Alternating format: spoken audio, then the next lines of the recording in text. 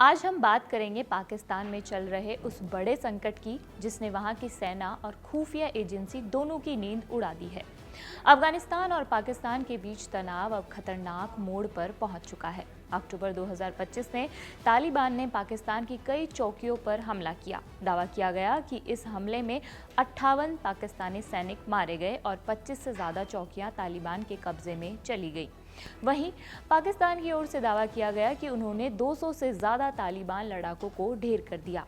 लेकिन सच्चाई यह है कि दोनों देशों के बीच हालात बेहद बिगड़ चुके हैं। हमले के बाद पाकिस्तान के सेना प्रमुख फील्ड मार्शल असीम मुनीर ने रावलपिंडी स्थित GHQ में इमरजेंसी मीटिंग बुलाई। उन्होंने अपने वरिष्ठ कमांडरों को जमकर फटकार लगाई और 7 दिनों के भीतर रिपोर्ट मांगने की भी बात कही। उन्होंने कहा कि आखिर खुफिया एजेंसी ISI इस हमले को रोकने में क्यों नाकाम रही है।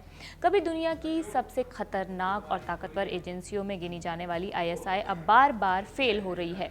ISI और पाक सेना के बीच भी टकराव बढ़ता जा रहा है। रिपोर्ट्स के मुताबिक ISI में कई अफसर सालों से एक ही पद पर जमे हुए हैं। कोई नया बदलाव नहीं हो रहा है, जिससे संगठन में सुस्ती और अंदरूनी राजनीति बढ़ गई है।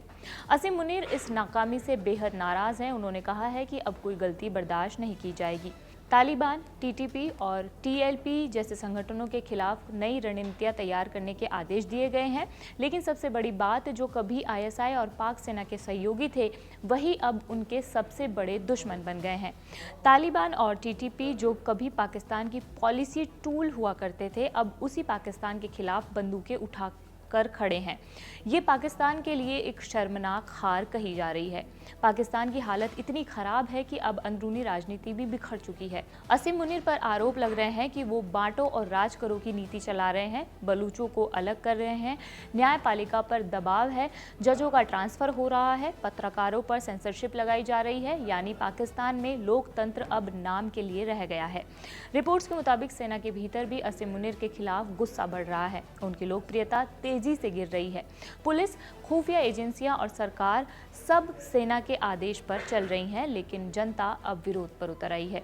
दूसरी तरफ भारत, अमेरिका और अफगानिस्तान की निगाहें भी इस पूरे घटनाक्रम पर टिकी हुई है। भारत की खुफिया एजेंसियों के मुताबिक पाकिस्तान की सबसे बड़ी कमजोरी उसकी अंदरूनी फूट बताई जा रही है। यानी सेना, ISI और सरकार के बीच कोई तालमेल नहीं बचा है।